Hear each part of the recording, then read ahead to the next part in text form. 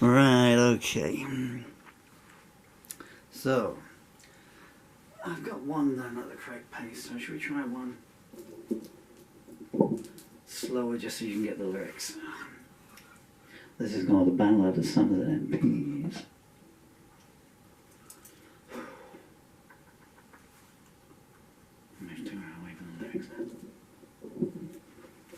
And this is a slow version. It's quite a jaunty song. And when you play it, so this is a new arrangement of it. There's only take two, actually.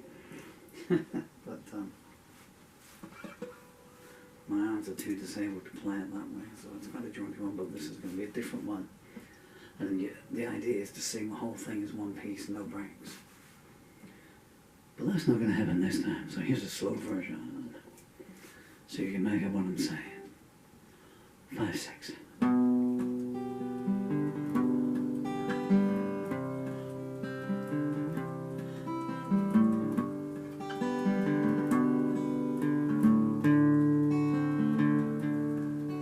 Well, people, let me tell ya, in words you'll understand, a true story about a good law-abiding man. Worked hard all his life, paid a lot of tax, when one day an autoimmune disease attacked. His doctor said it's nothing, with unblinking eyes. 3 years later and the man's 80% paralyzed. He questioned his GP and got struck off the books.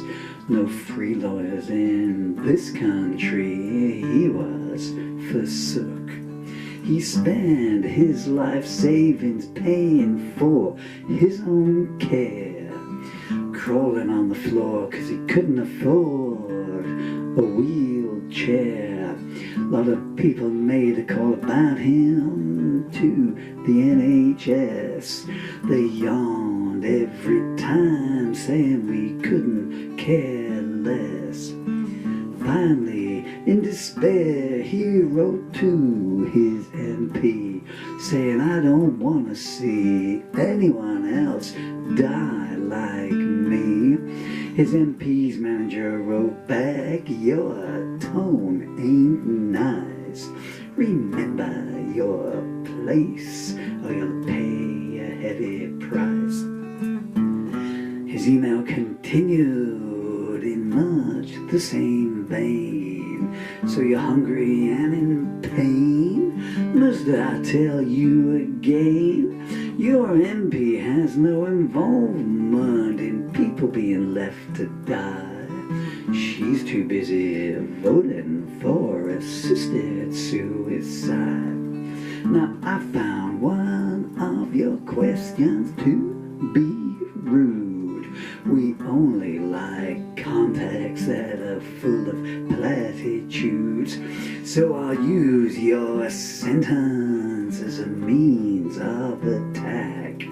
Oh, we love the disabled, they can't fight back. The man's words that they said had crossed the line were actually him satirizing Albert Einstein. He thought that would be clear, and in his defense he was a fool for overestimating their intelligence. And also the MP's email continued on. Here's a little fact you ain't counted on. Your MP can't control local council, you see, though her and 649 others say they run the whole country. Now we're gonna keep your letter on file. If you point out how we fail the electorate, we'll really get riled. It don't occur to us you can't threaten a dying man. Now don't you point out how dumb I am. We ain't gonna listen to your help me, please. Our party leader makes a tree look like Socrates. Don't tell us you only want to stop people dying. We'll semantic you down so you can't say we're lying. The man read the email through and was aghast. So much for democracy, he said at last. He reached for his guitar a final time and cried, "Stars, let me have just one last set of rhymes." He wrote a council worker who refuses to do their job. Every month the hard-working taxpayer they do rob. The vulnerable die, the infirm suffer, and that ain't my concern, the local MPs mutter. Meantime they're punching people in the street, but by their own content shall they know defeat. You can only push the electorate so far, and come the next polling day they're gonna remember who and what you are.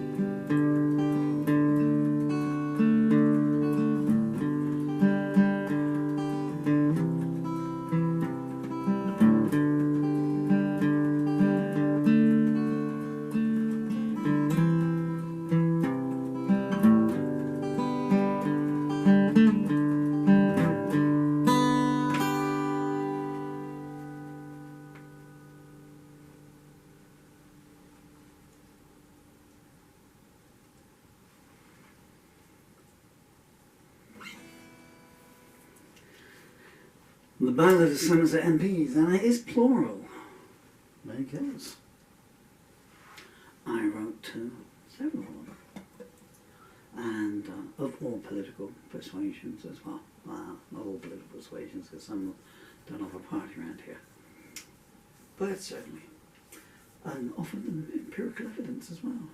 They were sent genuine NHS emails and genuine adult social care services emails. And I can't bend down and pick them up, but on the floor, just down there, voice recorders, voice recorded, telephone calls. Yeah, we're not doing anything like that. We can't do nothing. My point being, there's 650 MPs who allegedly run the whole country. So if you run the whole country, surely you run everything inside that country. But they don't tell you that they can do nothing about these things when they come and knock on your door and say, "We'll sort everything out." Okay, but Paul Murphy says you send them an email saying, "No, we can't do anything about it. We're not going to get involved with the hospitals attacking people, and patients calling the police from a hospital bed saying the nurses are attacking me." You hear the aircraft going past. They are so close that their shadow took all the light out of the room from the I take it they don't have a lot of faith in the Putin-Trump peace talks. And notice, Donald, in what order I put the names out.